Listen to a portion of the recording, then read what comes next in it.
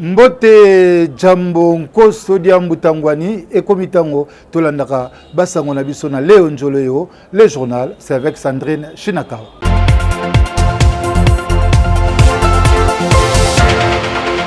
Des eaux rouges à la porte de Kinshasa, selon un hydroclimatologue. Dès la semaine prochaine, les eaux polluées des rivières Chikapa et Kasaï seront déjà dans la capitale. Vous verrez des eaux du fleuve Congo rougir déjà au niveau de Maluku. Une villa rouge, c'est probablement un enfer pour recevoir des visiteurs de l'avenue des Orangers numéro 13 dans la capitale.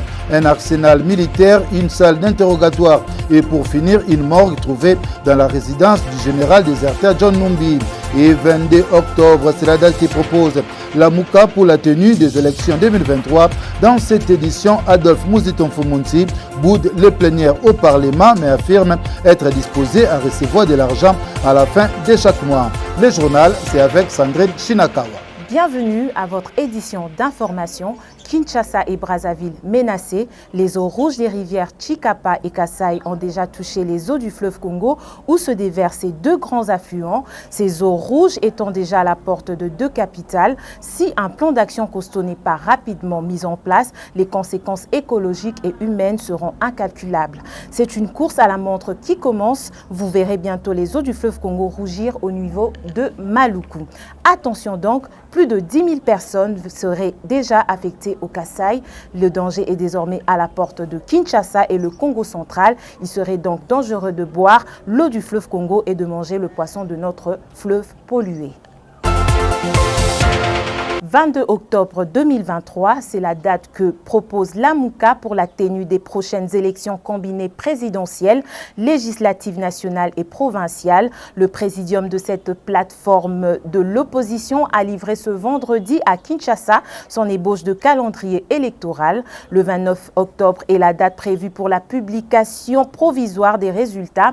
Adolphe Muzito comme Martin Fayoulou insiste pour dire non au glissement et à la fraude électorale. Pendant un mois, la campagne électorale pour les trois élections combinées. Élections présidentielles, législatives nationales et législatives provinciales. C'est-à-dire du 21 septembre au 20 octobre 2023. Tout de suite après, quand on lance cette activité, il faudra affecter les membres des bureaux de vote dans les différents bureaux de vote. Et le 22 octobre, pour nous, dimanche 22 octobre, je vous ai dit que ça tombait le 25, comme c'est un jour de semaine, on ramène ça au dimanche 22 octobre. Nous avons le scrutin combiné, présidentiel, législatif national et provincial. Et 7 jours après, j'insiste, aujourd'hui nous avons la technologie.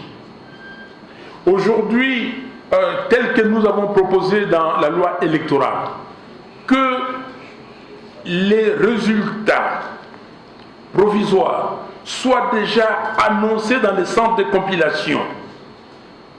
Ça doit être annoncé.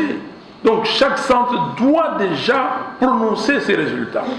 Et avec la technologie, nous pouvons, dans 2, 3, 4, 5 jours, mais ici nous avons mis 7 jours. En 7 jours, avoir le résultat. Du reste, nous avons suivi le même calendrier. Et depuis, ils disent toujours 7 jours. Et nous avons suivi ces 7 jours-là. Annonce de résultats le 29 octobre 2023. Et alors que l'affaire de sa non-participation aux plénières de l'Assemblée nationale fait débat, l'honorable Adolphe Muzito, l'élu de Kikwit, a déclaré qu'il ne siégera pas dans ce Parlement illégitime, mais accepterait d'être payé car il siège dans le peuple à travers ses interventions publiques. On l'écoute. Dans cette institution-là, mais quelle institution que je conteste, qui est illégitime? Voter qui a un peuple et puis prévoir qui va foutanga. Mais nous sommes dans Parlement où ils allaient élus, ils allaient légitimes. Nous avons beaucoup siégé dans le Parlement. Mais nous avons parce que nous allons siéger dans le peuple. Nous avons dit voilà, Batouana, Yum Tuchaki Bango.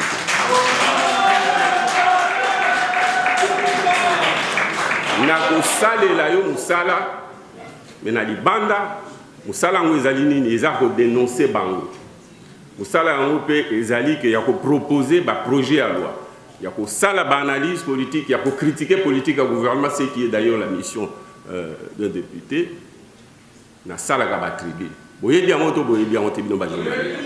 Est-ce que analyse ya budget o ya sala ka ko le ganga azali? Donc musala ou tous musala et l'équipe oyo bango ba musala non seulement l'équipe yango mais aussi bango ba musala contre le peuple. Les abongoté prends cet argent et je travaille pour le peuple en luttant pour lui, en dénonçant ceux qui sont là illégitimement dans ces institutions. Voilà pourquoi je touche l'argent et je l'ai touché. J'aimerais même que le peuple me paye le double. Des milices politiques œuvrant à ciel ouvert dans la capitale congolaise, à Tchangou, district chaud de Kinshasa, les militants de la Mouka proches de l'opposition accusent l'UDPS au pouvoir d'avoir armé des machettes ces milices pour s'attaquer à la marche dite pacifique prévue ce 15 septembre prochain, soupçonnant une éventuelle complicité de la police protégeant un gang UDPS arrêté. Ce jeune Lamouka menace de se faire justice.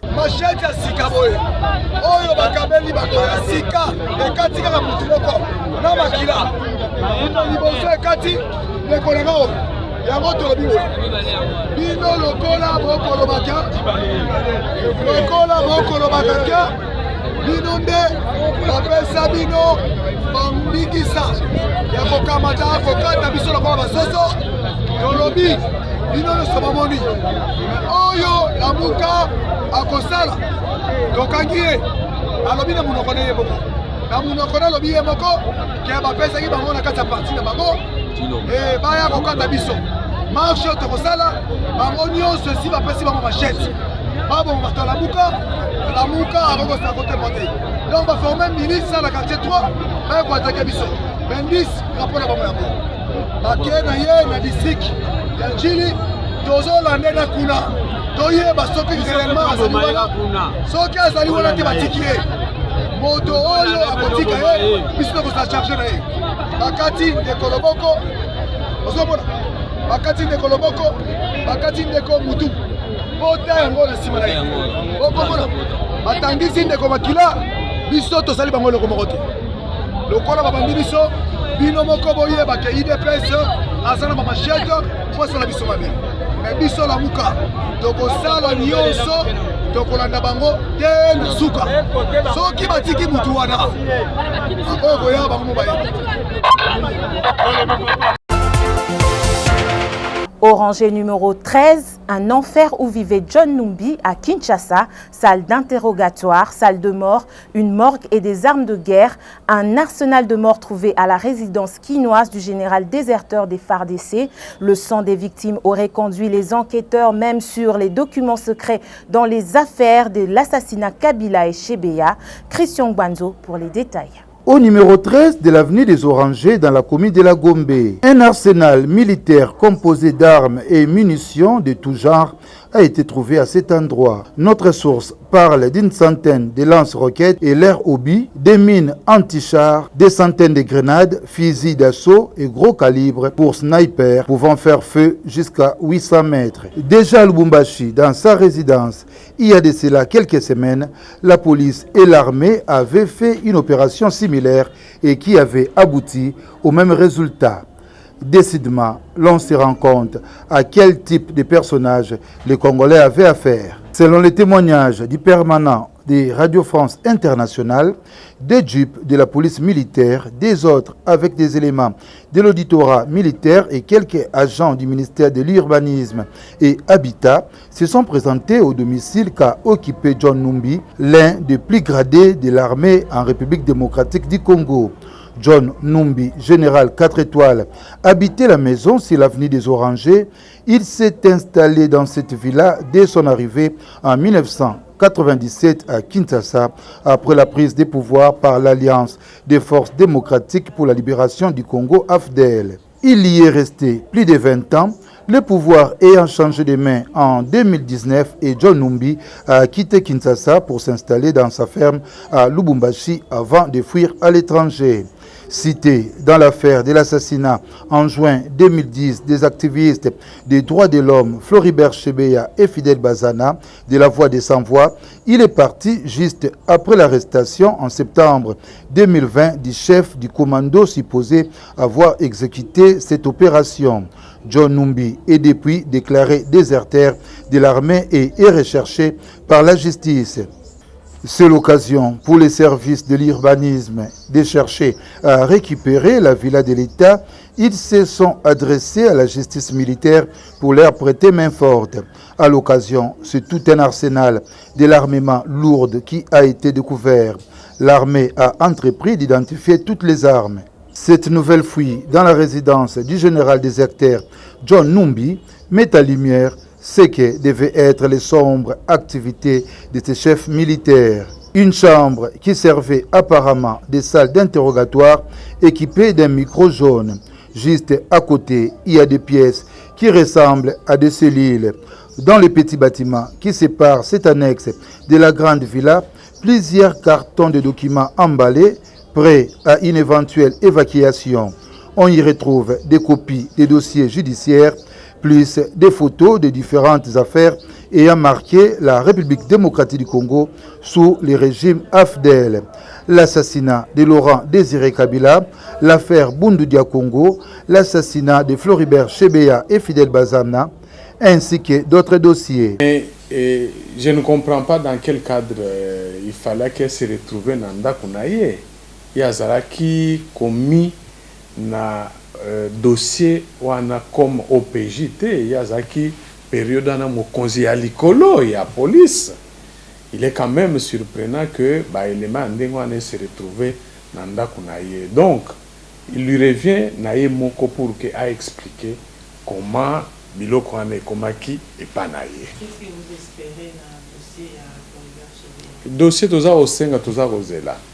Tozali d'abord très confiant parce que bakonzi ya auditorat général ya FRDC basali musala ya avec professionnalisme basilisi instruction enquête préliminaire basi batindaki déjà dossier mobimba na haute cour militaire pour que procès ebanda procès public ezala na présence ya John Numbi ou bien en absence procès eko se tenir baoyo baozala reconnu coupable baozala condamné, même aussi John Numbi baozala sûrement condamné parce que je ne crois pas que akozo courage naye pour que à comparaître na procès à partir du moment où akimi mboka na biso.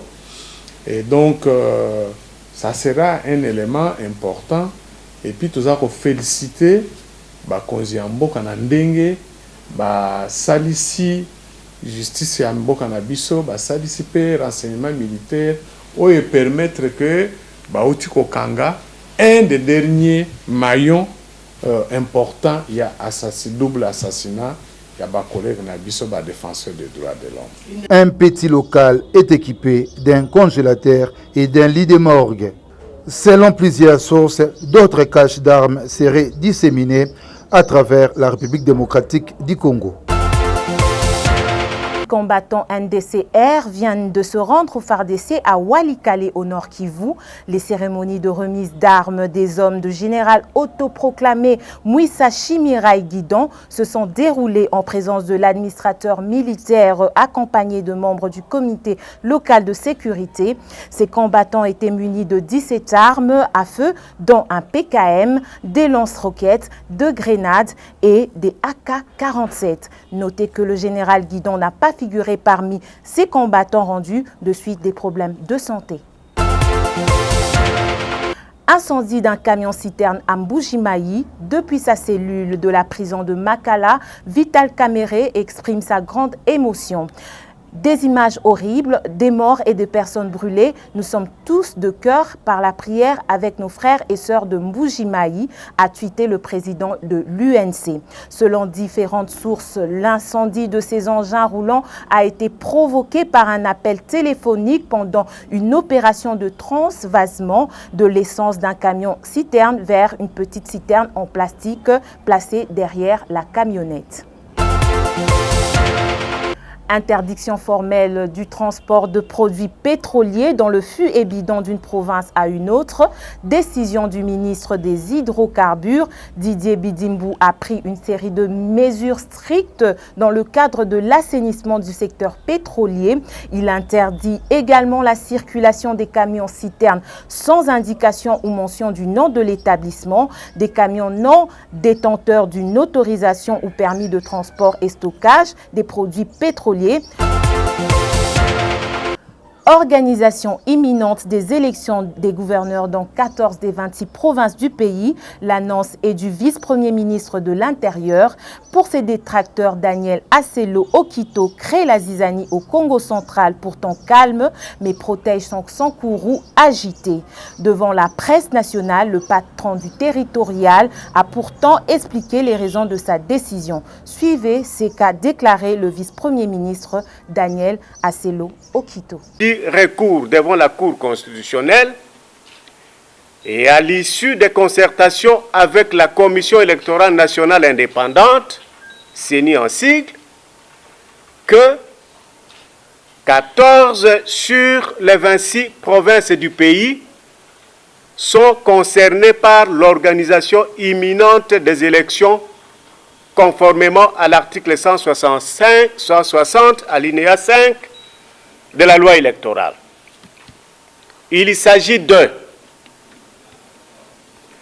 Bazouele, Olomami, Ituri, ça sera après l'état de siège, Kasaï central, Kasaï oriental, Kinshasa, là c'est le vice-gouverneur, Congo central, Kwango, vice-gouverneur également, Lomami, Maindombe, Maniema, Mongala, Tanganyika, Chopo. À la demande de son Excellence, Monsieur le Premier ministre, chef du gouvernement, un second rapport a été dressé et lui a été déposé ainsi qu'à la haute hiérarchie du pays. Ce rapport contient, outre la liste sous-indiquée, les projets de budget relatifs à l'organisation des élections des gouverneurs et vice-gouverneurs des provinces concernées. La question du calendrier électoral étant subordonnée à la mise à la disposition par le gouvernement de la République de l'enveloppe budgétaire en faveur de la CENI. La CENI qui a déjà déposé son budget relativement à l'organisation des élections, budget déjà transmis. La province du Kwango ne jouit pas des avantages de sa proximité avec la ville-province de Kinshasa. Le caucus des élus nationaux de la région a exprimé leur regret au Premier ministre Jean-Michel Samalou Kondé. Enclavé, la province du Kwango veut sortir de cette situation, a déclaré l'honorable Jean-Pierre Passi Zapamba, chef de la délégation du caucus des élus nationaux du coin. Vous savez que la province du Kwango et surtout la ville de Kenge est la porte d'entrée et de sortie de la ville de Kinshasa. Et c'est la province, je crois, la plus proche de la métropole, mais qui ne bénéficie pas des atouts de cette proximité. Et donc nous sommes venus rencontrer son Excellence, Monsieur le Premier ministre, pour lui faire l'état des lieux de cette province et du desiderata de la population en ce qui concerne son développement. Et donc nous avons épinglé avec son Excellence Monsieur le Premier ministre les problèmes saillants de l'air, surtout en ce qui concerne l'électricité, les infrastructures, l'eau, les problèmes de la santé, surtout avec le konzo et la fièvre typhoïde. Donc nous l'avons trouvé très réceptif et qu'il a promis qu'à court terme, surtout dans le programme du gouvernement, on n'hésiterait pas d'expérimenter l'un ou l'autre projet dans la province du Kwango, suite d'ailleurs à cette proximité. elle ne peut que se réjouir du fait que ses représentants ont pris leur desiderata en charge et en transmettant ça à qui de droit pour que des solutions appropriées soient trouvées en faveur de la province, surtout en ce qui concerne les désenclavements, parce que c'est la source du développement. Que le Premier ministre était très attentif et très positif, parce que je disais tout à l'heure que à court terme et au regard du programme du gouvernement, des solutions appropriées seraient apportées et sont attendues au moins au niveau de la province du Kwango comme dans les autres provinces de la République. Félix Tshisekedi et le président italien Sergio Mattarella se félicitent mutuellement pour le partage des informations liées à l'assassinat de l'ambassadeur d'Italie en RDC, Luca Attanasio. À Rome comme avant à Berlin, le chef de l'État congolais tente d'ouvrir le Congo aux investisseurs européens. La RTNC, c'est à l'image des défis de la République démocratique du Congo, déclaration du ministre congolais de la communication, paraphrasant une déléguée syndicale pour le porte-parole du gouvernement. Moderniser la RTNC, c'est déjà avancer de 30% le développement du Congo. On écoute Patrick Mouyaya. Ça, c'est les défis qu'on a trouvés. C'est les défis qu'on a trouvés. Na sola imingi na maman syndicaliste mo na mona qui est car na TV. Maman Agnès Kamana Tangaye. Alobi Azalia depuis 39 ans, presque 40 ans. Il y a le BRTNC banda obeba depuis 97. Alobi ye ozara formé boye au koma na ona soki na salon alors qu'ozaki formé tel. Mutu tel il faut à la preneur de son. A komane soki nani. Alobi la RTNC c'est à l'image des défis de la RDC. Et c'est vrai. Parce qu'il faut arriver à contrôler les effectifs. Il faut mettre en place un programme de retraite pour n'abao baza éligible et s'assurer la cotisation na bango. Il faut parallèlement être sûr que les médias commis arriver aux nouvelles technologies, les lots baza en HD comme les autres médias ou ultra HD. Biso toza na ambition en a tout. Mais avant qu'ambition en ait cham en place, il faut IGF a PC rapport. Totali ba rapport à Freddy Nengezali. Mokonzambo Kapaza déjà la vision aé, Torocha Bakambiasika, l'air Torocha Bakambiasika, on va regarder par rapport à la vision, Nenge Torokende, parce que RTNC Soye Bongi, Tobando Bongi Sakongo à 20-30%. Oh, Yangonde la Kisarabiso, c'est que nous devons devenir. Donc, je crois que sur cette question-là, Naba syndicaliste, na DG, Bayebi qui est côté Nabiso complaisance et zate. Nous voulons aller vers le changement. Et si nous changeons la RTNC, nous changerons le pays. L'étudiant de l'Unikin tué par la police au mois de juillet, sa famille se lasse déjà de la rencontre promise par le président Tshisekedi. Les parents de Honoré Chamakwete, tué par balle samedi 24 juillet à Mongafula, se disent floués sur ce rendez-vous. Le défunt est sous terre depuis déjà un mois. Ses parents déplacés de Moueka pour assister aux obsèques à Kinshasa comptent sur le chef de la maison civile du chef de l'État pour qu'il soit leur intercesseur auprès de Félix Tshisekedi. Jean-Tinimba Kangobila a lancé les travaux de réhabilitation de l'avenue Bongolo à Kalamou. Le patron de la ville-province de Kinshasa a donné le go de ces travaux au niveau du rond-point Yolo médical. Jean-Tinimba a rassuré que les avenues Kimwenza Kwilu, Sekomaf, Gambela et Nzoku constituent l'un des objectifs de l'exécutif provincial. Et comme il est de coutume dans différentes descentes de l'homme de Kinbopeto, les fanfares étaient mis à profit pour attirer l'attention des Kinois.